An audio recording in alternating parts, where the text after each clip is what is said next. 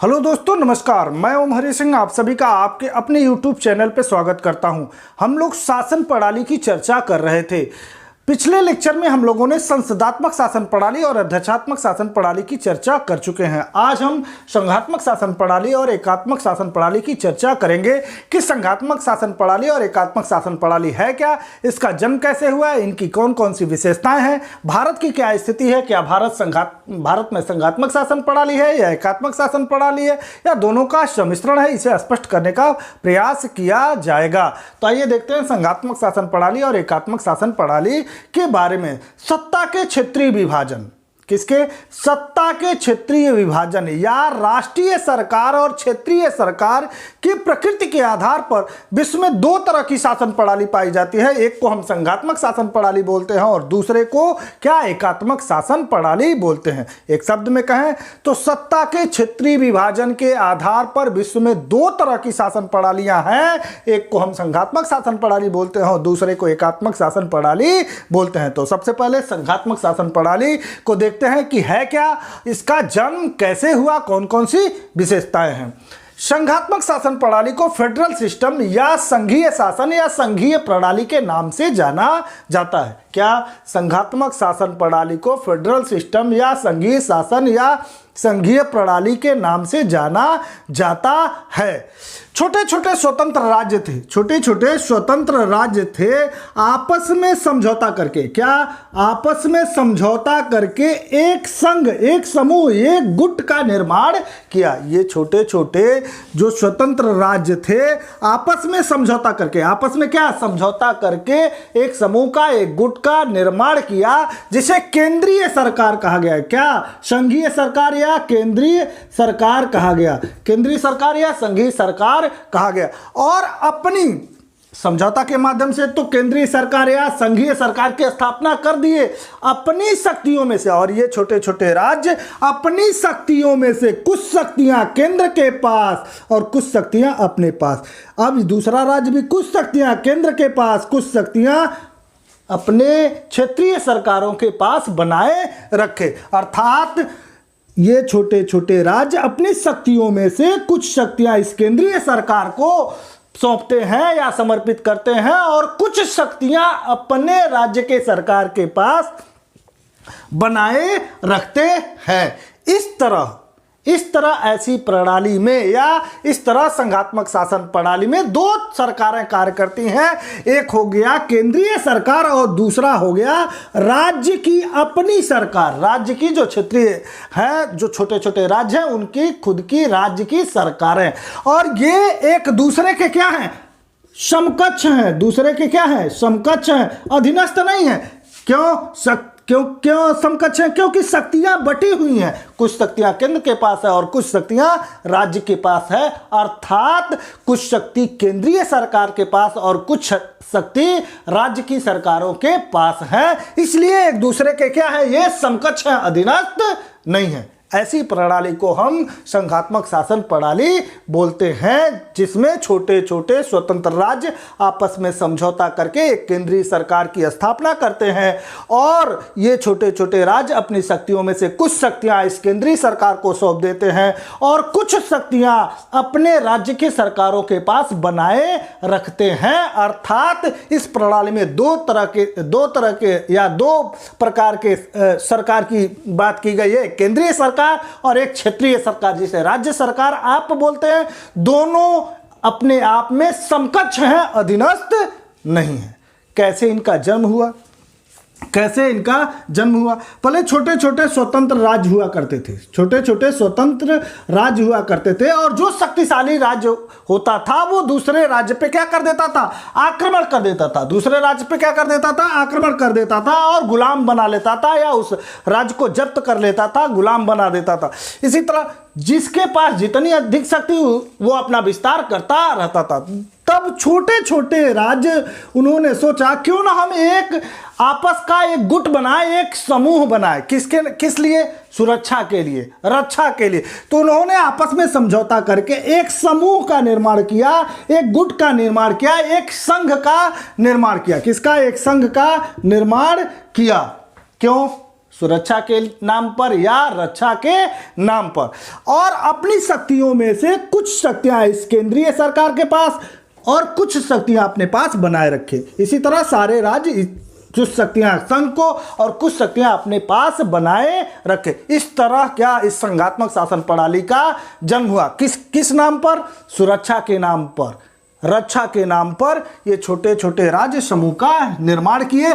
और जब कभी कोई बाहरी देश या कोई अन्य राज्य इस छोटे छोटे राज्य पर आक्रमण करेंगे तो अब रक्षा करने का दायित्व इस सबकी केंद्रीय सरकार पे होगी, इस गुट पे होगी, इस समूह पे होगी। अर्थात कोई छोटा राज्य या कोई बड़ा राज्य इस पे आक्रमण करता है, चाहे ये छोटे राज्य पे आक्रमण करता है या सभी पे आक्रमण करता है, तो सब मिलकर इसका क्या करेंगे? सामना करेंगे। तो रक्षा के नाम पर और सुरक्षा के नाम पर इस शासन प्रणाली का या इस तरह के शासन का जन्म हुआ।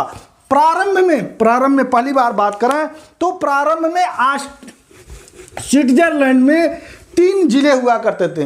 स्विट्जरलैंड के 3 जिले, छोटे छोटे 3 जिले थे, और उन्होंने आपस में समझौता करके एक समूह का, एक गुट का या एक केंद्रीय सरकार का निर्माण किया। क्यों किया? क्योंकि वो ऑस्ट्रिया के प्रभुत्व का विरोध कर रहे थे। ऑस्ट्रेलिया नहीं, ऑस्ट्रिया के प्रभुत्व का विरोध कर रहे थे। अर्थात ऑस्ट्रिया इनको कब्जा करना, इन तीनों जिलों को कब्जा करना चाह रहा था। तो आपस में समझौता, ये तीनों जिले आपस में समझौता करके एक समूह का, एक गुट का, एक संघ का निर्माण किया और अपनी शक्तियों में से कुछ शक्तियां इनके पास और कुछ शक्तियां अपने पास बनाए रखे।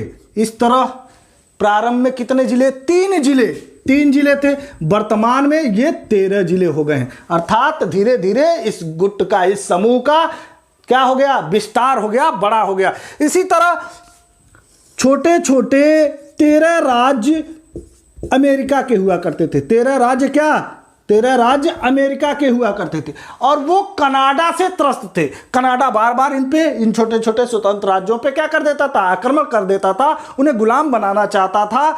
अब ये 13 राज्य आपस में समझौता करके एक समूह का निर्माण किए और अपने आप को इस समूह में क्या कर दिए? शामिल कर दिया। और कुछ शक्तियां इस संघ के पास या केंद्रीय सरकार के पास और कुछ शक्तियां अपने पास बनाए रखे। वर्तमान में ये कितने राज्य हो गए हैं? 51 राज्य हो गए हैं। किस नाम पर ये हुए? किसके नाम पर यह गुट का निर्माण हुआ? सुरक्षा के नाम पर। जब अमेरिका के कुछ राज्य इस तरह गुट का निर्माण किए तो कनाडा को लगा कि अब हम कमजोर पड़ रहे हैं, तो कनाडा के छोटे छोटे राज्य आपस में समझौता किए। प्रारंभ में ये 4 थे, आपस में समझौता किए, एक समूह का निर्माण किया, शक्तियां अपने पास, कुछ शक्तियां इनके पास दिया, और वर्तमान में 4 से कितने हो गए हैं? 10 राज्य हो गए हैं। इस तरह समूह का निर्माण। इसी तरह ऑस्ट्रेलिया भी छोटे छोटे 6 राज्य हुआ करते थे और जापान से किससे ग्रसित थे? जापान से ग्रसित थे। जापान से इनको डर था, इन्होंने एक समूह बनाया और केंद्रीय सरकार की स्थापना की। इस तरह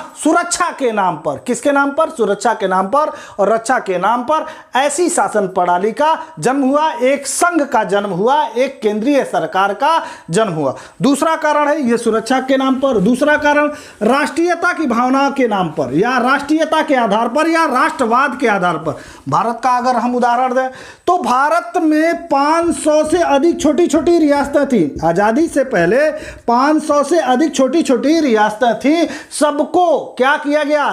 एकीकरण किया गया। राष्ट्रवाद के नाम पर, राष्ट्रीयता के नाम पर, समान विरासत, समान संस्कृति, समान सरकार या समान विचारधारा, अर्थात राष्ट्रीयता के आधार पर, एकीकरण के आधार पर सबका एक समूह बनाया गया और एक केंद्रीय सरकार की, एक संघ की या एक केंद्रीय सरकार की स्थापना की गई। जो मान गए आसानी से, विलय पत्र के माध्यम से मान गए, उन्हें आसानी से जो मान गए तो ठीक, और नहीं माने तो सैनिक कार्रवाई, जैसे हैदराबाद रियासत, जूनागढ़ में जनमत संग्रह के माध्यम से, जम्मू कश्मीर को भी सैनिक कार्रवाई के माध्यम से या विलय पत्र के माध्यम से इस समूह में शामिल किया गया। तो राष्ट्रीयता के नाम पर, राष्ट्रवाद के नाम पर भी ऐसे संघ का, ऐसे समूह का निर्माण हुआ। तो ये दूसरा कारण है। पहला सुरक्षा या रक्षा के नाम पर, दूसरा राष्ट्रवाद या राष्ट्रीयता के आधार पर।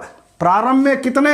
14 राज्य और 6 केंद्र शासित प्रदेश थे। वर्तमान में 28 राज्य और 9 केंद्र शासित प्रदेश हैं। तीसरा कारण जो वर्तमान में है, कैसे इस गुट का निर्माण हुआ? विकास के नाम पर या व्यापार के नाम पर, विकास के नाम पर या व्यापार के नाम पर भी ऐसे गुट का या इस शासन प्रणाली का जन्म हुआ। कैसे? देखिए 12 सदस्य थे यूरोपीय संघ, यूरोपीय संघ का निर्माण हुआ व्यापारिक कारणों से, आर्थिक कारणों से। यूरोपीय संघ 12 देश थे इस यूरोपीय संघ में शुरुआत में, और उन्होंने अपनी एक कॉमन प्रोग्राम बनाया। क्या?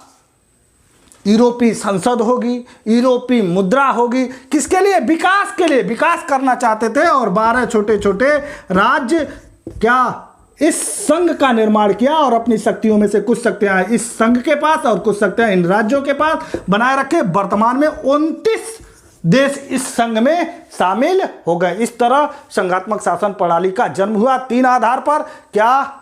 सुरक्षा के नाम पर या रक्षा के नाम पर, दूसरा राष्ट्रीयता की भावना के आधार पर, और वर्तमान में जो जैसे सार्क हो गया, ओपेक हो गया, जैसे संघ का निर्माण हो रहा है, तो वो विकास के नाम पर ऐसे संघ का निर्माण हो रहा है। इसमें ध्यान रखिएगा, इसमें शक्तियां विभाजित हैं। किसमें? किसके बीच? एक केंद्रीय सरकार और राज्य सरकारों के बीच। कुछ शक्तियां इनके पास है, कुछ शक्तियां राज्यों के पास है, और ये दोनों सरकारें अपने आप में क्या है? समकक्ष हैं, समकक्ष हैं, अधीनस्थ नहीं है। अधीनस्थ क्यों नहीं है? क्योंकि शक्तियां बटी हुई हैं। इस तरह संघात्मक शासन प्रणाली का जन्म हुआ। आइए अब देखते हैं इसकी क्या विशेषताएं, कौन कौन सी विशेषताएं इस संघात्मक शासन प्रणाली में पाई जाती है। पहली विशेषता, लिखित एवं कठोर संविधान। पहली विशेषता क्या है? लिखित एवं क्या? लिखित एवं कठोर संविधान। जो भी समझौता होगा केंद्रीय सरकार और राज्य की सरकारों के बीच, वो क्या होगा? लिखित में होगा, लिखित में होगा। 2 सरकारें हैं और जो भी समझौता होगा वो किस में होगा? लिखित में होगा। तो लिखित एवं कठोर संविधान, और जो लिख दिया गया आसानी से बदला नहीं जाएगा। तो लिखित और कठोर संविधान की अनिवार्यता होगी। इसकी पहली विशेषता है संघात्मक शासन प्रणाली की कि लिखित एवं कठोर संविधान। जो समझौता होगा वो लिखित में होगा और उसे आसानी से बदला नहीं जा सकता। दूसरी विशेषता, दोहरा प्रशासन, दोहरा शासन या दोहरी सरकार, अर्थात ऐसी शासन प्रणाली में 2 सरकारें कार्य करती हैं। एक केंद्रीय सरकार या संघीय सरकार बोलते हैं, और दूसरा राज्य की सरकार है। प्रत्येक राज्य की क्या सरकारें कार्य करती हैं, प्रत्येक राज्य की सरकारें कार्य करती हैं, अर्थात दोहरा शासन होगा।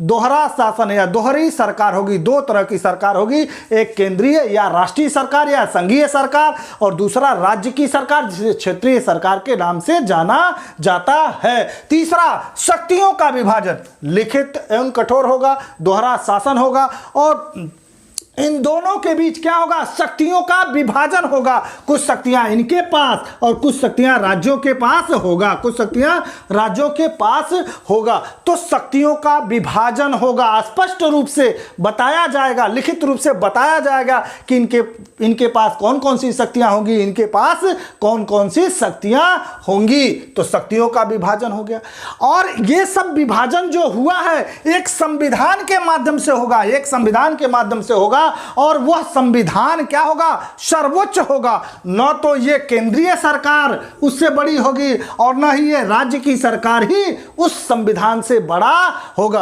अर्थात संविधान की सर्वोच्चता होगी, और केंद्रीय सरकार और राज्य की सरकार इसी संविधान से क्या अपनी शक्ति प्राप्त करेंगे, अर्थात संविधान सर्वोच्च होगा, इन दोनों से बड़ा होगा, ऊपर होगा, अर्थात इससे बड़ा कोई न व्यक्ति होगा, न कोई गुट होगा, न कोई समूह होगा, न कोई सरकार होगी। तो संविधान की सर्वोच्चता होगी। और तीसरा अगला, स्वतंत्र न्यायपालिका। अगली विशेषता या अगला लक्षण क्या? स्वतंत्र न्यायपालिका। अगर दोनों के बीच विवाद होता है, केंद्रीय सरकार या संघीय सरकार और राज्य सरकारों के बीच विवाद होता है, तो एक स्वतंत्र न्यायपालिका होगी जो संविधान के आधार आधार पर, स्वतंत्र न्यायपालिका होगी जो संविधान के आधार पर निर्णय देगी, अर्थात इन दोनों सरकारों के बीच संतुलन चक्र का काम करेगी। तो एक स्वतंत्र न्यायपालिका भी होनी चाहिए ऐसी शासन प्रणाली में। अगला है द्विसदनीय व्यवस्था। द्विसदनीय व्यवस्था, 2 सदन होना चाहिए। क्या? 2 सदन, एक होगा निम्न सदन, एक होगा निम्न सदन, दूसरा होगा उच्च सदन।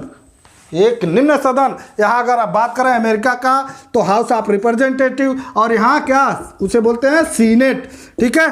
तो एक निम्न सदन होगा और एक उच्च सदन होगा, अर्थात द्विसदनीय विधायिका होगी। और उच्च सदन जो होगा, या इसे बोलते हैं भारत में राज्यसभा, राज्यसभा जो होगा वो राज्यों का सदन होगा। किसका? राज्यसभा को क्या बोलते हैं? राज्यों का सदन। या उच्च सदन को क्या बोलते हैं? राज्यों का सदन है, अर्थात राज्य के प्रतिनिधि इसमें इस सदन में होते हैं।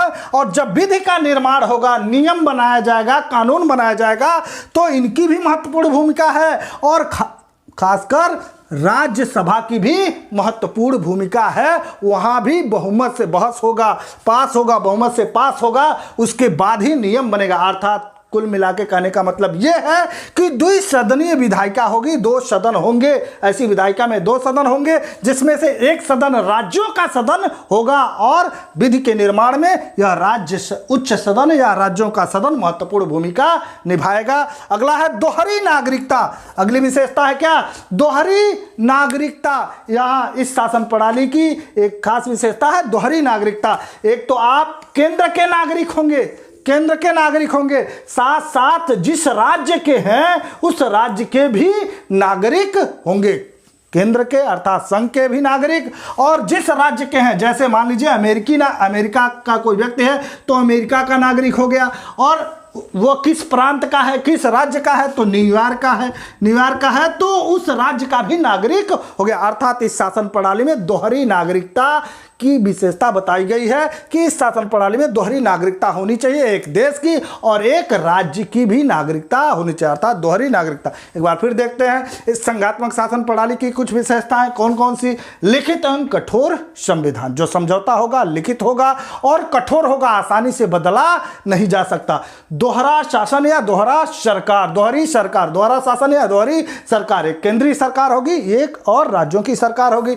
शक्तियों का विभाजन, इन सरकारों के बीच, केंद्रीय और राज्य की सरकारों के बीच शक्तियों का विभाजन होगा। संविधान की सर्वोच्चता, संविधान सबसे इन सरकारों से ऊपर होगा। एक स्वतंत्र न्यायपालिका भी होगी जो दोनों के बीच संतुलन चक्र का काम करेंगे। द्विसदनीय विधायिका, अर्थात 2 सदन होंगे उस विधायिका में और एक किसका सदन होगा? राज्यों का सदन होगा। दोहरी नागरिकता, देश के भी नागरिक होंगे और जिस राज्य के हैं उस राज्य के भी नागरिक होंगे। यह है संघात्मक शासन प्रणाली की क्या विशेषता। आइए कुछ फैक्ट पॉइंट पे चर्चा कर लेते हैं जो एग्जाम की दृष्टि से काफी महत्वपूर्ण है।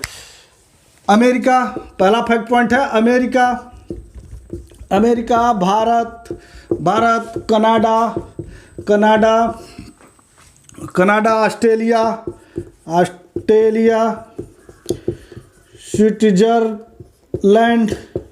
स्विट्जरलैंड में क्या संघात्मक शासन प्रणाली पाई जाती है। और भी देश हैं लेकिन 2 देश जरूर जानिए, America, Bharat, Canada, Australia, Switzerland में क्या, पश्चिमी जर्मनी में संघात्मक शासन प्रणाली पाई जाती है। 2 जरूर याद रखिएगा, अमेरिका और भारत। इस प्रणाली में अर्थात संघात्मक शासन प्रणाली में दूसरा फैक्ट पॉइंट है, ये नोट पॉइंट है, इस संघात्मक शासन प्रणाली में सामान्यतः राज्यों के पास, सामान्यतः हमेशा नहीं, सामान्यतः राज्यों के पास अधिक शक्तियां होती है। क्या? अधिक शक्तियां होती है। इस शासन प्रणाली में सामान्यतः क्या राज्यों के पास, क्या क्षेत्रीय सरकारों के पास या राज्य सरकारों के पास अधिक शक्तियां होती हैं। अगला जो महत्वपूर्ण है, अमेरिका और ऑस्ट्रेलिया, अमेरिका और ऑस्ट्रेलिया में राज्यों के पास अधिक शक्तियां हैं। थोड़ा सा अंतर है, देखिएगा, अमेरिका और ऑस्ट्रेलिया में राज्यों के पास अधिक शक्तियां हैं, जबकि भारत और कनाडा में क्या केंद्र के पास अधिक शक्तियां, हमने पहले बोला था सामान्यतः ऐसी प्रणाली में राज्यों को अधिक शक्तियां प्राप्त हैं, जिसका उदाहरण है क्या, अमेरिका और ऑस्ट्रेलिया में राज्यों को अधिक शक्तियां प्राप्त हैं। जबकि भारत की स्थिति क्या है, भारत में भी संघात्मक है, कनाडा में भी संघात्मक है, लेकिन भारत और कनाडा में किसके पास अधिक शक्तियां हैं, केंद्र के पास अधिक शक्तियां हैं।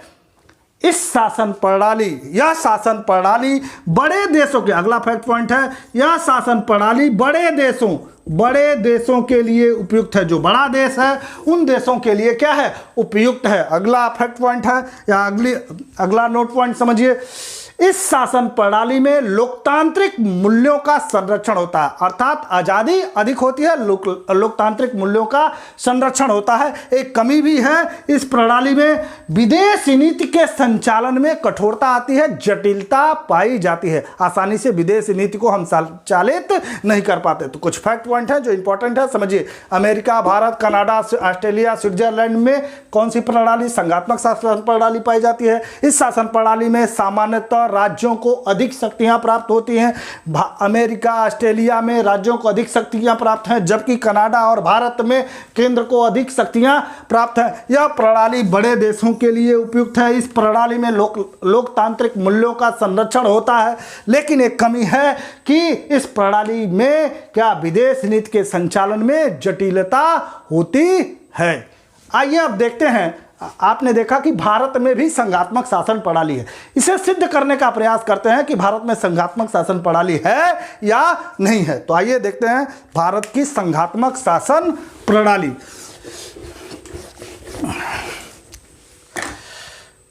इसकी पहली विशेषता है लिखित एवं कठोर संविधान। तो भारत का संविधान भी क्या है, लिखित भी है और कठोर भी है। 395 आर्टिकल है, बहुत विशाल संविधान है अपने देश का, ठीक है, और लिखा गया, हर चीज लिख दिया गया, इसीलिए तो विशाल हुआ। तो लिखित भी है और कठोर, कुछ मामलों में कठोर भी है। तो भारत का संविधान लिखित और कठोर संविधान है। तो पहली विशेषता को फॉलो करता है भारत। दूसरा, दोहरा शासन, अपने यहां भी दोहरा शासन है। हम तो दुनिया के देशों से और अच्छे हैं। हमारे यहां 3 तरह की सरकार, 3 स्तरीय सरकार पाई जाती है, एक केंद्र सरकार, एक दूसरा राज्य सरकार, तीसरा क्षेत्र पंचायतों की सरकार। अपने यहाँ क्या, हम तो दुनिया के देशों से और अच्छे हैं। उनके यहाँ शक्तियाँ क्या, दोहरे शासन, 2 तरह की शासन या दोहरी सरकार पाई जाती है। अपने यहाँ 3 सरकारें पाई जाती हैं, एक केंद्रीय सरकार, दूसरा राज्य की सरकारें और तीसरा पंचायत की सरकारें। तो ये भी विशेषता हम फॉलो करते हैं, ये भी फॉलो करते हैं। शक्तियों का विभाजन भी भारत में किया गया है। किसके किसके बीच, केंद्र और राज्यों के बीच। हम तो और अच्छे हैं, पंचायतों को भी कुछ शक्तियां दिए हुए हैं, तो शक्तियों का विभाजन भी है। अगला, संविधान की सर्वोच्चता। भारत में भी संविधान की क्या है, सर्वोच्चता है। चाहे केंद्र सरकार हो चाहे राज्य सरकार हो, वो संविधान के अंदर ही है, संविधान से ऊपर नहीं है। कोई व्यक्ति भी संविधान से ऊपर नहीं है, जनमत भी भारत में संविधान से ऊपर नहीं है। तो संविधान सर्वोच्च भी है, ये भी हम फॉलो करते हैं। अगला, स्वतंत्र न्यायपालिका।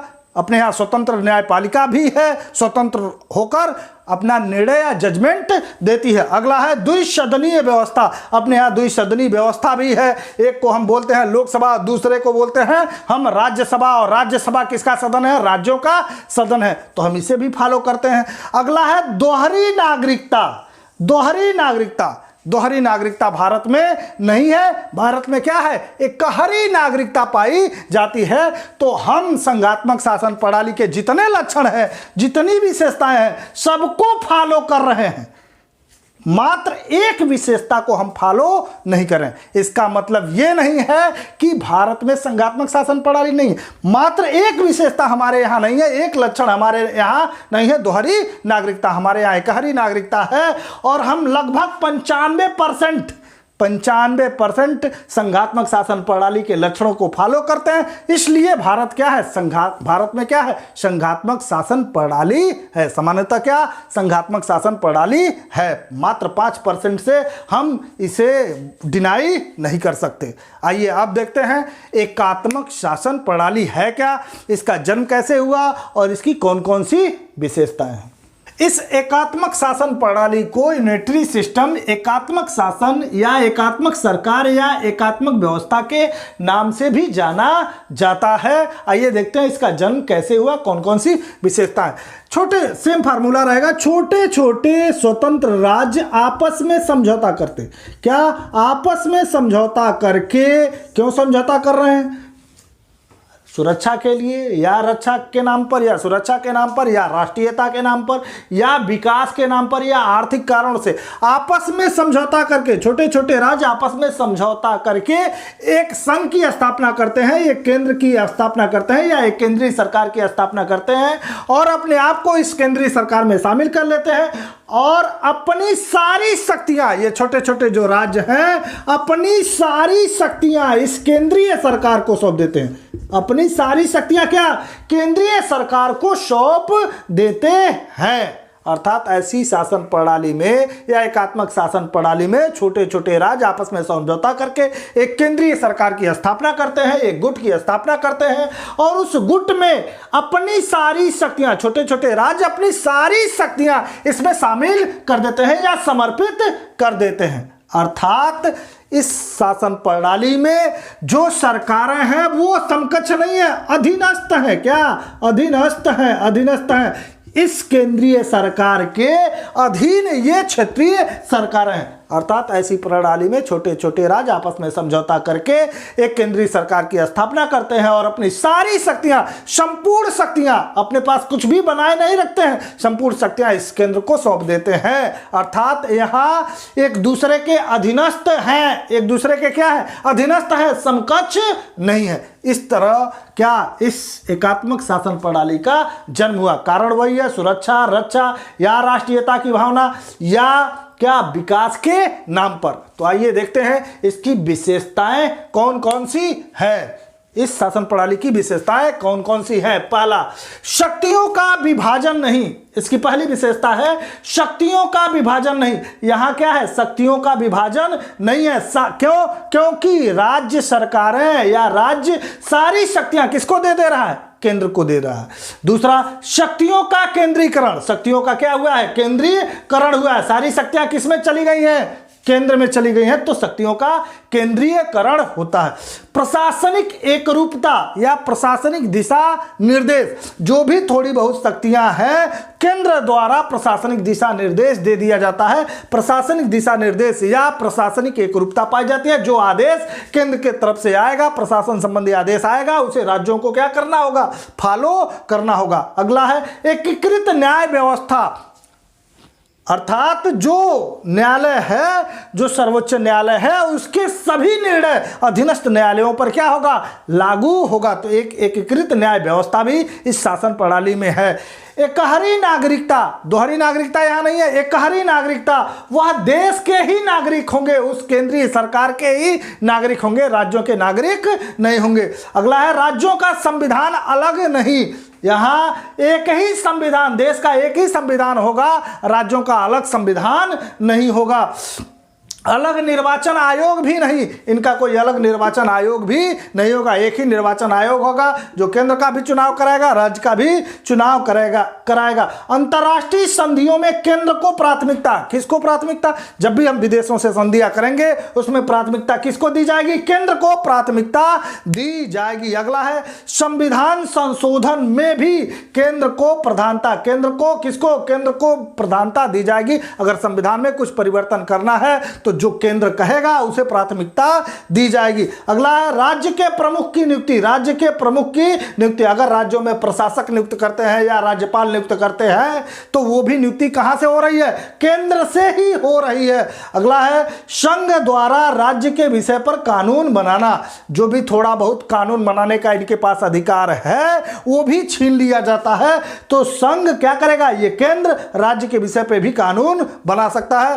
राज्यों को अलग होने का अधिकार नहीं। ये छोटे छोटे जो राज्य हैं, एक बार समझौता करके इस गुट में शामिल हो गए तो इस गुट से आप निकल नहीं सकते। अर्थात क्या, राज्यों को अलग होने का अधिकार नहीं है। आपातकालीन प्रावधान भी है, और आपातकालीन स्थिति में सारी शक्तियां, जो भी थोड़ी बहुत शक्तियां राज्यों के पास बची हुई हैं, वो भी कहां चली जाएंगी? केंद्र में चली जाएंगी। तो एकात्मक शासन प्रणाली में क्या है? शक्तियां विभाजित नहीं है, शक्तियों का क्या है? केंद्रीयकरण है। अर्थात सारी शक्तियां कहां पहुंच गई हैं? केंद्र में पहुंच गई हैं। अर्थात यहां जो सरकारें हैं वो समकक्ष नहीं है, अधीनस्थ हैं। केंद्रीय सरकार के अधीन ही जो भी सरकार होगी, केंद्रीय सरकार के अधीन ही होगी। एकहरी नागरिकता होती है, अलग से इनका कोई संविधान नहीं होता ऐसी शासन प्रणाली में। इससे संबंधित कुछ फैक्ट पॉइंट हैं, जो नोट पॉइंट है, उसे समझने का प्रयास करते हैं। तो ब्रिटेन, चीन, बांग्लादेश, फ्रांस, इटली,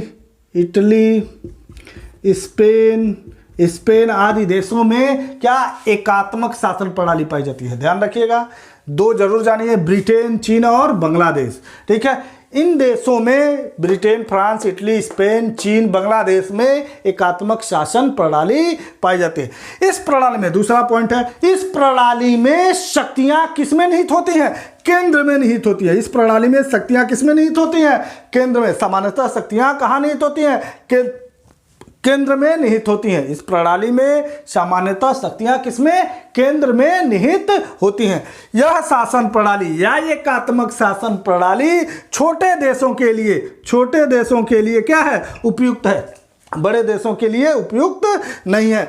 इस प्रणाली में लोकतांत्रिक मूल्यों का ह्रास होता है। जो लोकतांत्रिक मूल्य हैं उनका क्या होता है? ह्रास होता है। और एक अच्छी विशेषता इसकी ये है कि इस प्रणाली में विदेश नीति के संचालन में आसानी होती है। तो एक बार फिर देखते हैं, ब्रिटेन, चीन, बांग्लादेश, फ्रांस, इटली, स्पेन में कौन सी शासन प्रणाली है? एकात्मक शासन प्रणाली पाई जाती है। इस शासन प्रणाली में केंद्र को अधिक शक्तियां प्राप्त होती हैं।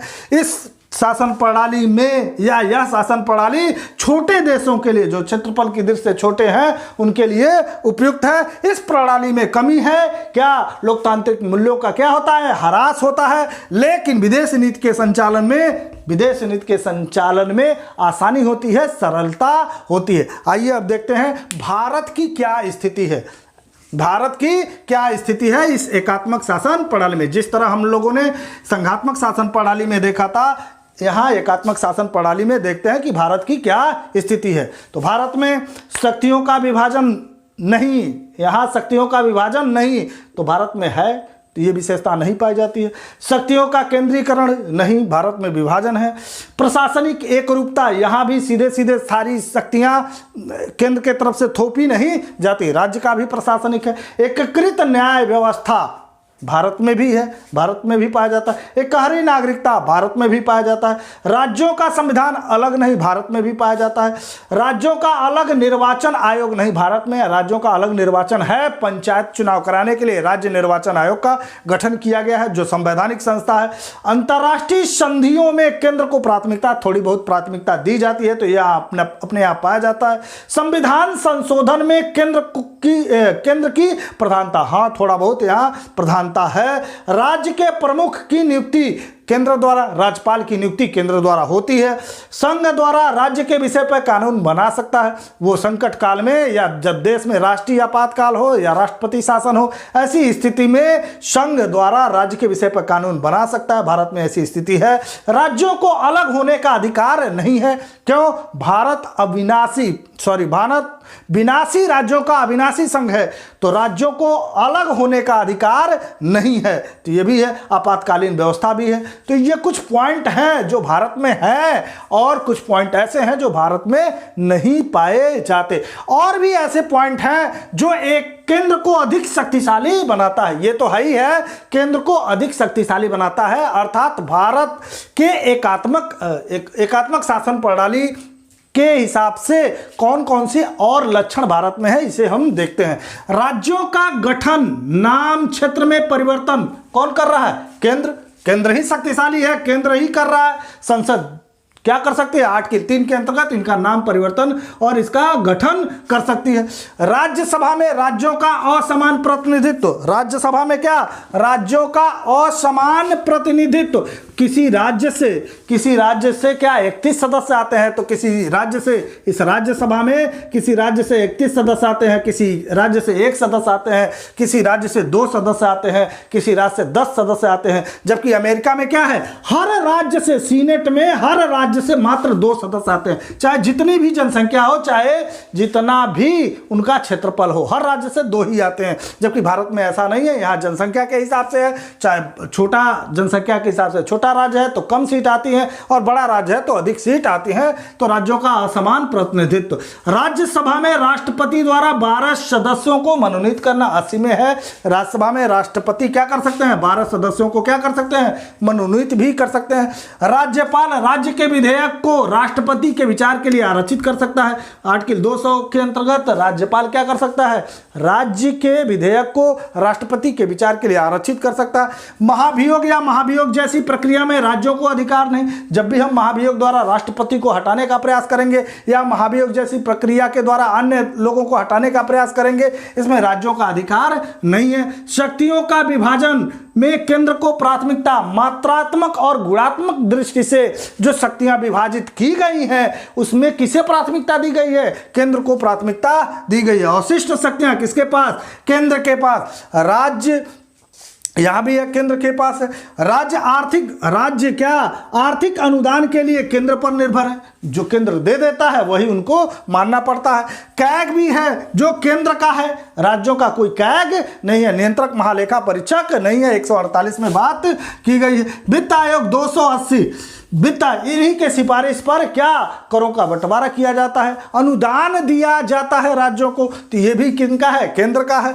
अखिल भारतीय सेवाएं राज्यसभा पास करती है और संसद उसके बाद अखिल भारतीय सेवाओं का निर्माण करती है। तो कुछ ये एकात्मक विशेषताएं जो भारत के संविधान में भी हैं। तो अगर हम बात करें, भारत में कुछ लक्षण ऐसे भी हैं जो एकात्मक शासन प्रणाली को परिलक्षित करते हैं। विश्व में निष्कर्ष के रूप में अगर हम कहें तो विश्व में कहीं पर संघात्मक शासन प्रणाली तो कहीं एकात्मक शासन प्रणाली पाई जाती है। विश्व में कहीं संघात्मक शासन प्रणाली तो कहीं एकात्मक शासन प्रणाली पाई जाती है। और भारत में एकात्मक और संघात्मक दोनों शासन प्रणालियां पाई जाती हैं। भारत में संघात्मक और एकात्मक दोनों शासन प्रणालियां पाई जाती हैं। भारत सामान्य रूप से क्या है? संघात्मक है और विशेष रूप से क्या है? एकात्मक है। विश्व में क्या कहीं पर संघात्मक तो कहीं पर एकात्मक शासन व्यवस्था विद्यमान है। भारत में दोनों शासन प्रणालियां पाई जाती हैं, संघात्मक और एकात्मक। भारत में सामान्य रूप से संघात्मक व्यवस्था या संघात्मक शासन प्रणाली है, लेकिन विशेष रूप से क्या एकात्मक शासन व्यवस्था भी विद्यमान है। दूसरा कमेंट कर सकते हैं इसमें, भारत में संघात्मक व्यवस्था है। भारत में क्या है? संघात्मक व्यवस्था है। भारत में संघात्मक व्यवस्था है, लेकिन इसकी प्रवृत्ति क्या है? केंद्रोन्मुखी